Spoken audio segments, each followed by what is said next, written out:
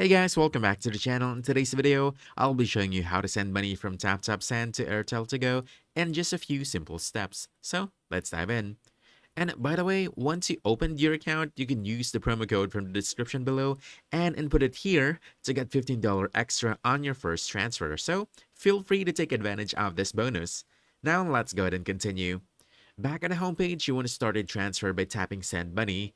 Then you want to select the country. Choose the recipient's country where Airtel to go is available, like Ghana. After that, go ahead and enter the amount. You want to input the amount you want to send in your currency or their local currency. After that, go ahead and choose Add Recipient. Just select Airtel to go as the payout or delivery method. And finally, go ahead and enter their mobile number. And basically, that's it. Now you know how to send money from TapTap Send to Airtel to go easily. So if you found this helpful, don't forget to hit that like button, subscribe for more quick guides, and I'll see you in the next one. Thanks!